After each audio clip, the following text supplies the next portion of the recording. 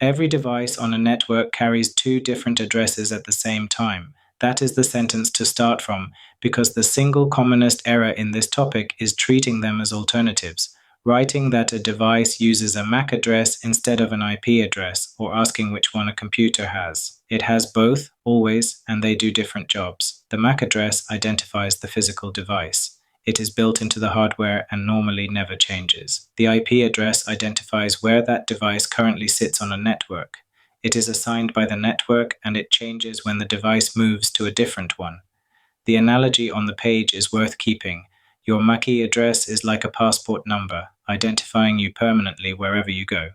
Your IP address is like the address of the building you happen to be sitting in, which says where you are and changes when you move. Take your laptop to a cafe and its MAC address is byte for byte identical. Its IP address is completely different. MAC stands for Media Access Control. The address is assigned by the manufacturer and stored in the network interface card, which is why it is also called the physical address. Its format is examinable, so learn the numbers. It is 48 bits long, written as 6 pairs of hexadecimal digits, separated by hyphens or colons. Look at the example on the page. 00, 1A, 2B, 3C, 4D, 5E, and it is not one undifferentiated number. The two halves mean different things. The first 3 pairs are the manufacturer code. Every network card made by that company begins with those same 6 digits.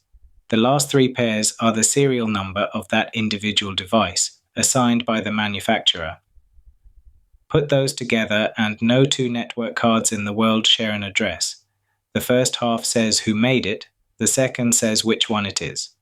If a question asks you to describe the format of a MAC address, give the length in bits, say 6 pairs of hexadecimal digits, and identify both halves. That is typically 3 separate marks. MAC addresses are used to deliver data within a single local network.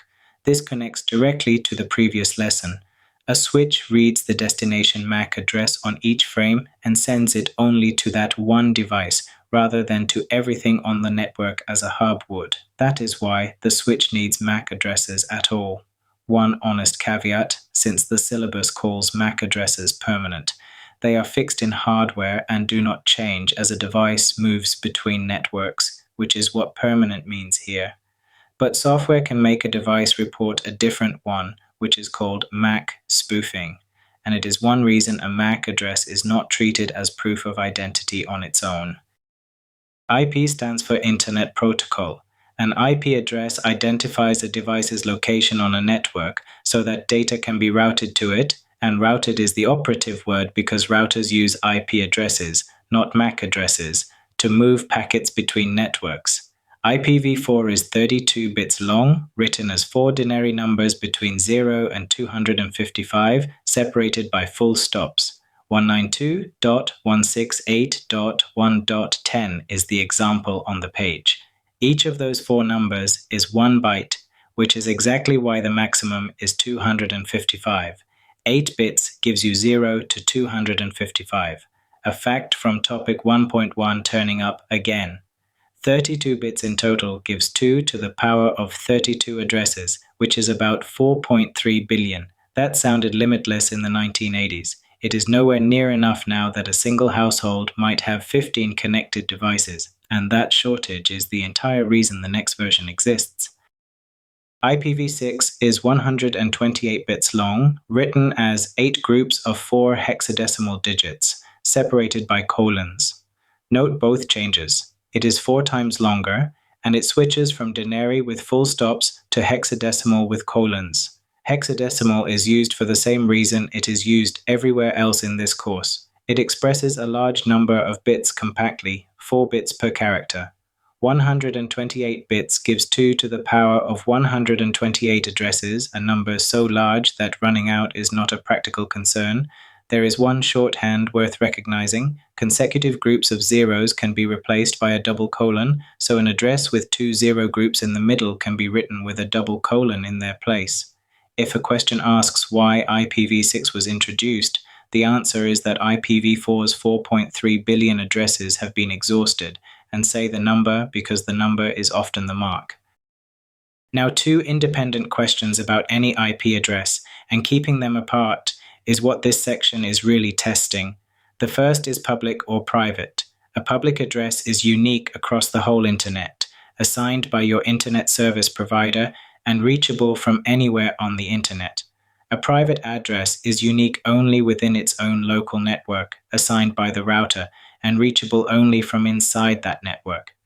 Private addresses can be reused endlessly. Millions of homes have a device at 192.168.1.1, and there is no conflict because those addresses are never routed across the internet.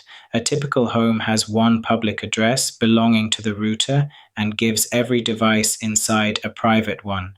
All the traffic from those devices reaches the internet through that single public address, with the router keeping track of which reply belongs to which device. And that arrangement is a large part of why the world has not already run out of IPv4 addresses entirely. A household of 10 devices consumes one public address, not 10. The second question is completely separate. Does the address change? A static IP address never changes. It is permanently assigned, set manually by an administrator.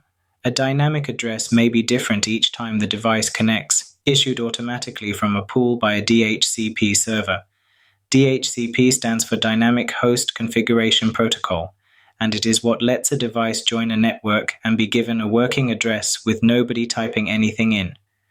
The trade-offs are straightforward. Static. The device is always found at the same address, which is essential for hosting a website, running a mail server, or reaching a system remotely. Against it, addresses must be managed manually, providers usually charge extra, and a fixed address is easier to target repeatedly. Dynamic. Efficient because an address is only occupied while a device is actually connected and no configuration is needed. Against it, the address may change, so it cannot be relied on to find the device later. So here is how to answer a scenario question, and it turns on one distinction. Does the device need to be found by others, or does it only need to reach out? A web server, a mail server, a CCTV system accessed from outside the building, all of those must be found, so they need a static address. A changing address could not be located. You could not publish it or point anything at it. A phone, a laptop, a games console, a smart television. Those only need to reach out to services elsewhere. Nothing needs to find them at a fixed location, so a dynamic address is fine and is what they will normally be given. And keep the two questions genuinely separate, because an address is one of each. A device can have a private dynamic address, which is the normal case for a phone at home. It can have a public static address, which is what a web server has. Public or private is about whether it can be reached from the internet. Static or dynamic is about whether it changes. They are not a single four-way choice. 5 things to take into the exam. 1. A device has both addresses at once. Never write that it uses one instead of the other. 2. Give the format when asked to describe an address. MAC is 48 bits as 6 pairs of hexadecimal digits. IPv4 is 32 bits as 4 denary numbers. IPv6 is 128 bits as 8 groups of 4 hexadecimal digits. 3. For a MAC address, say what the two halves are, manufacturer code, then device serial number. 4. Keep public versus private and static versus dynamic apart because they answer different questions. And 5. The reason for IPv6 is that IPv4's 4.3 billion addresses ran out. Say the number. Underneath all of it is the one idea worth carrying. The MAC address says who a device is, and the IP address says where it currently is. Almost every question in this section is one of those two things.